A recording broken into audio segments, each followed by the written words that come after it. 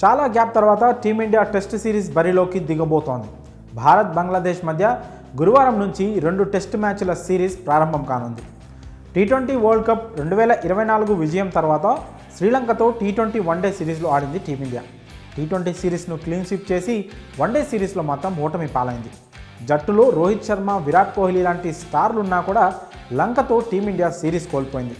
ఇప్పుడు బంగ్లాదేశ్పై అలాంటి తప్పు జరగొద్దని స్ట్రాంగ్గా ఫిక్స్ అయి రోహిత్ సేన టెస్ట్ సిరీస్ కోసం రెడీ అయింది.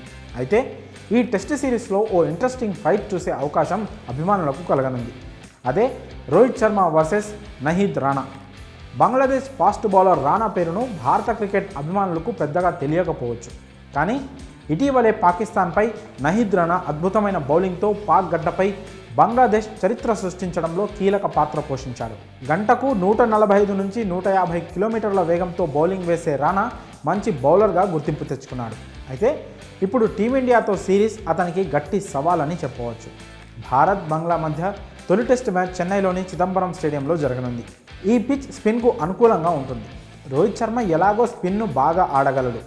బాల్ టర్న్ అవుతున్నా అందుకు తగ్గట్లు తనని తాను అడ్జస్ట్ చేసుకుంటూ స్వీప్ షాట్లతో బాగా ఆడతాడు. కానీ పిచ్ ఆరంభంలో పేస్ బౌలింగ్కు అనుకూలంగా ఉంటే బంగ్లా పేసర్ నహీద్ రాణా డేంజరస్గా మారే ప్రమాదం ఉంది. రోహిత్ శర్మ స్పిన్ ఒక్కటే కాదు, పేస్ బౌలింగ్ను కూడా రఫ్ ఆడిస్తాడనే విషయం కొత్తగా మనం చెప్పాల్సిన పని లేదు. ఫ్లాట్ పిచ్లపైనే పాకిస్తాన్ బ్యాటర్లను ఇబ్బంది పెట్టిన రాణా రోహిత్ను ఏమాత్రం ఇబ్బంది పెట్టగలడో చూద్దామని క్రికెట్ లోకం మొత్తం ఆసక్తిగా ఎదురుచూస్తోంది. మరోవైపు స్పిన్కు అనుకూలంగా ఉండే చెన్నై పిచ్ను మార్చి రోహిత్ శర్మ స్పీడ్ బౌలింగ్కు సహకరించే పిచ్తో బంగ్లాదేశ్కు సర్ప్రైజ్ ఇవ్వాలని చూస్తున్నట్లు కూడా వార్తలు వచ్చాయి. ఒకవేళ అదే నిజమైతే రాణా మరింత డేంజరస్గా మారవచ్చు.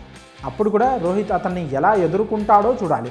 ఏది ఏమైనా భారత్ బంగ్లాదేశ్ మధ్య జరిగే తొలి టెస్ట్ మ్యాచ్లో రోహిత్ వర్సెస్ రాణా ఫైట్ మాత్రం ఇంట్రెస్టింగ్గా ఉండబోతోంది. మరి ఈ ఫైట్పై మీ అభిప్రాయాలను కామెంట్స్ రూపంలో తెలియజేయండి.